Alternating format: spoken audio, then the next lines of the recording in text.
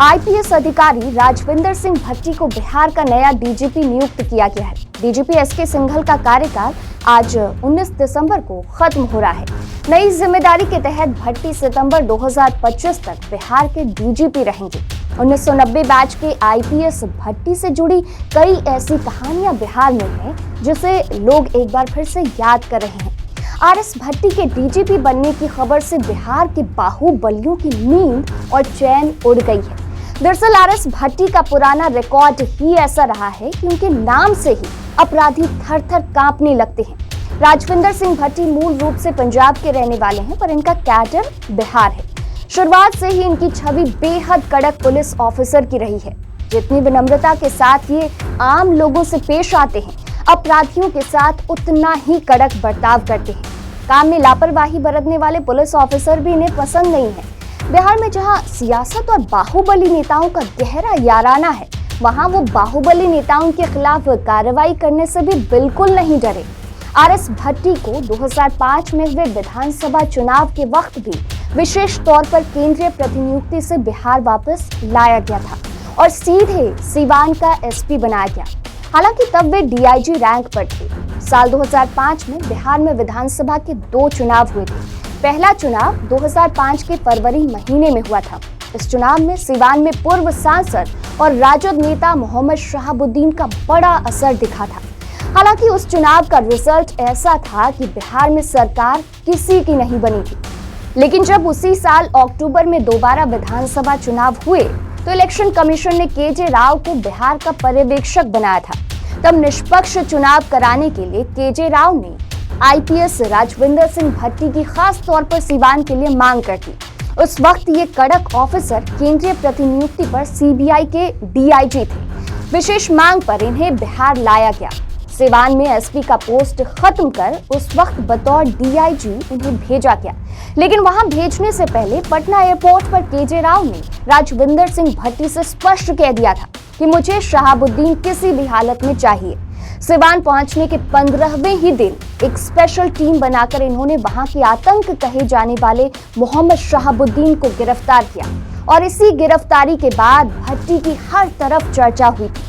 दरअसल उस वक्त सीवान में शहाबुद्दीन की तूती बोलती थी। खौफ इस कदर था कि उसकी इजाजत के बिना पत्ता भी नहीं हिलता था। तब राजविंदर सिंह भट्टी ने शहाबुद्दीन की गिरफ्तारी के लिए एक टीम बनाई और उसकी कमान एक महिला सब इंस्पेक्टर गौरी को दिया। टीम शहाबुद्दीन को गिरफ्तार करने दिल्ली गई और उसे गिरफ्तार कर हेलीकॉप्टर से सीवान ले आई। आरएस भट्टी ने सीवान में ही बैठकर पूरे ऑपरेशन को ऑपरेट किया था। ये बात जाननी जरूरी है कि तब बिहार में राष्ट्रपति शासन था।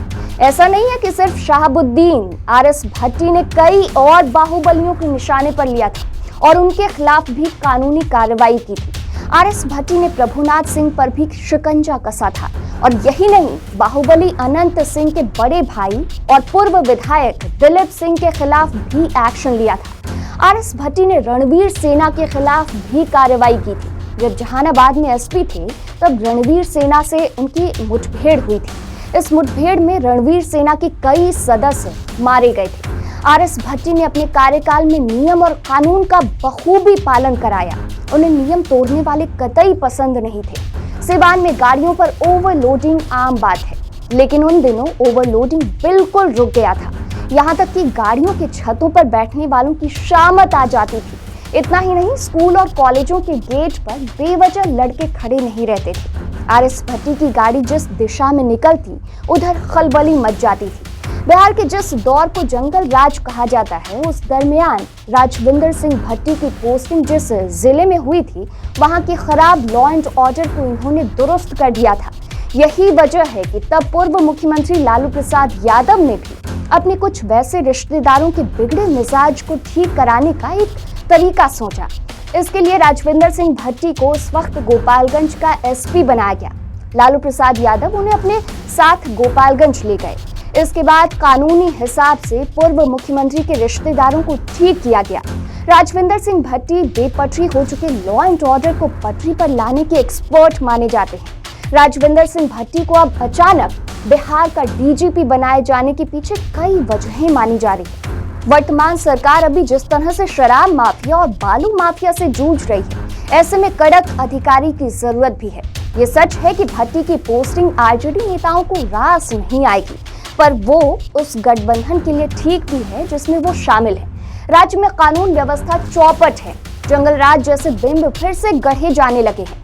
महागठबंधन की सरकार बनते ही बीजेपी बिहार सरकार पर लगातार हमले कर रही है। राज्य में आपराधिक घटनाएं बढ़ रही हैं। बेगूसराय में जिस तरह से खुलेआम फायरिंग हुई, इसके बाद कहा जाने लगा कि बिहार में पुलिस का इकबाल अब खत्म हो चुका है। राज्य भर में जिस तरह से शराब माफिया और बालू माफिया सिर चढ़कर कहर बरपा रहे हैं, वो भी सवाल खड़े करता है। इसी के मद्देनजर राजविंदर सिंह भट्टी को पुलिस की कमान सौंपी गई।